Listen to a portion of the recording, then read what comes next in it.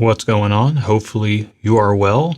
Coming at you this Saturday afternoon, and yeah, it's been a good day. We've done some recording for the YouTube channel, my wife and I, and yeah, it was a good day. It was a good day. I just ran around, ran some errands. I love doing Saturday morning errands and car washing when the weather's nice, and that was the state of affairs here today, and that's exactly what I did this morning. So between that and some good recording this afternoon, it's been a wonderful day. We have the Southern Food and Whiskey Society event to go to tonight, which is going to be really cool to be able to try a bunch of food and whiskey pairings, meet a bunch of different distillers and manufacturers and things. So lots of cool stuff over here.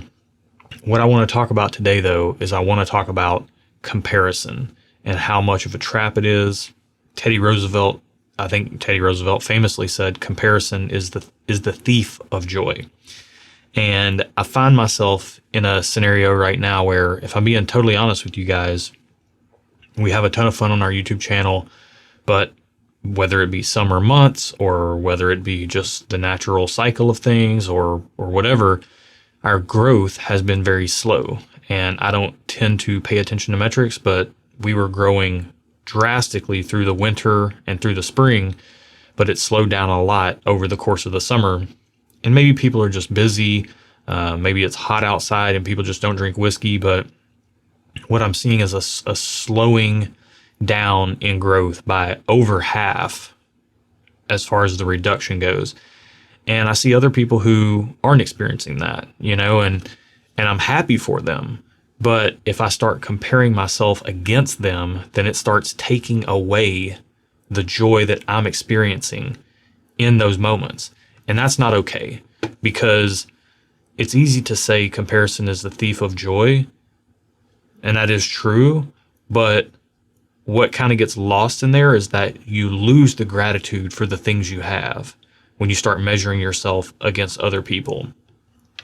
And this applies to jobs or cars or homes or, material possessions, anything. When you start measuring yourself against somebody else's metrics, it not only takes away your joy because it can sow seeds of dissatisfaction within yourself, but you also you lose an appreciation for all the things you have. I mean, if you're watching this right now, you already have means by which to watch YouTube. Like, you're doing all right, at least in some capacity. Even if life is hard, there are luxuries that you have that other people can't afford, and that in and of itself is something to be thankful for.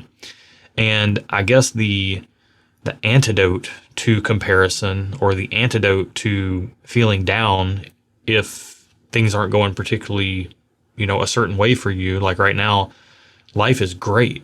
Life is as good as it's ever been. However, if I focus in on the fact that our channel hasn't been growing very much, that can sow seeds of dissatisfaction, when in reality, the perspective I should have is how thankful I am for the community that we have, the channel growth that we do have, the fact that it is still growing, even though not quite at the same rate that it was over the winter and the spring.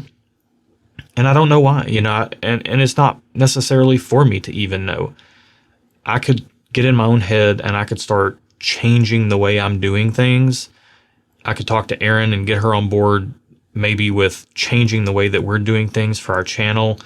And ultimately, if we're changing what we do in an effort to chase somebody else's metrics as they're growing, then we're going to end up compromising who we are and what we believe in, not necessarily on a grand level, not like a moral level, but just the very fact that the content of our content would inherently be less us, and it would be some kind of manufactured version to try to get more views.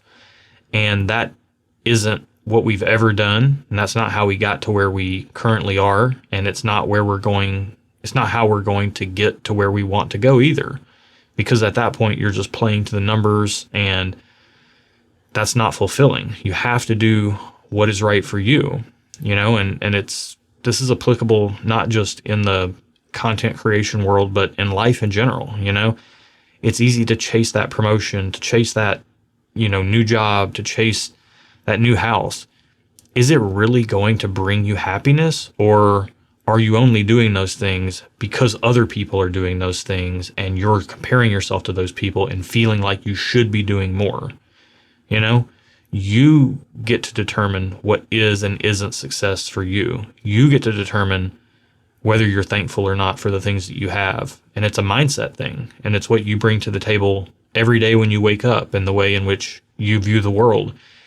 And it can require some mental conditioning on your part so that you're not getting bogged down in the game of comparison and not getting bogged down in other people's wins or losses in comparison to your own. I'm sitting here talking about the fact that our channel hasn't been growing as much as it was. I'm comparing ourselves to our former selves, not even necessarily to anyone else, but it's just as easy to use this as a tool to prop yourself up, which is equally as dangerous, to say, hey, 6 months ago when we were growing like crazy, it would be easy for me to look at that and compare it to other people who weren't and try to say that, we're better than or something. And that's not the move either. It's just occurring to me right now, like that's not the way I view the world, but there are people who do that. And it can be a little bit of a self-safety mechanism to kind of make you feel better about your circumstances or make you feel like you're doing the right thing. And as long as you're true to yourself and you're doing the right things for yourself and your loved ones, the people that you're responsible for, then you're doing the right thing. It's more about the process and less about the results, even though the results definitely do matter, especially when you're trying to pay bills and keep food on the table and take care of your loved ones. The results do matter to an extent, but to the extent that you have the latitude to make the decisions for yourself that impact whether or not you feel fulfilled and you feel successful and you feel like you're grateful for the things that you have, embrace that and don't let anybody else's wins or losses affect you one way or another. Focus on yourself, focus on your own journey. I grew up around people who had problems. It's funny, we do a whiskey channel, but I grew up around people who had problems with alcohol and drugs. Quite a few adults in my life, I saw that really up close and personal. And in adulthood, I went to Al-Anon, which is a sister organization to Alcoholics Anonymous, which is for alcoholics. Al-Anon is for people who are impacted by other people's alcohol and drug use. And we were in those rooms and I was talking about how the drug use of the adults in my life growing up impacted me. And I was hearing about parents who lost their children to drugs and overdoses, or their children were in rehab, and everybody I feel like showed up into those meetings with the intent of learning how to change the people in their lives, how to make them better. At least that's why I showed up. I wanted to learn how to make the people in my life better. And what I learned was you can't want something for someone else that they don't want for themselves. But the other thing I learned, which is applicable to this topic at hand, is keep your side of the street clean. That's all you can worry about. Just worry about yourself. Keep your side of the street clean. Make sure you're focusing on your lane and you're not getting lost in the comparison game, because it will rob your joy and you're going to end up in a situation where you're dissatisfied, even though you're probably blessed beyond measure, and you just can't see the forest for the trees because you're not even looking this direction. You're looking over here at what that person's doing. So that's what I'm talking about today. That's what's on my mind. That's what's on my heart. And that's what I felt like I needed to share. By the way, drinking some Elijah Craig Barrel Proof B522, excellent bottle. Speaking of comparison, a lot of people who are big into whiskey and like Elijah Craig Barrel Proof bottles criticized this batch, B522. and said that it didn't compare favorably to other batches because it wasn't as high a proof. And the problem with that mindset is that you miss the fact that this is a wonderful whiskey in here if you're comparing it to the other ones on proof or some other random metric alone. But when you actually drink this stuff,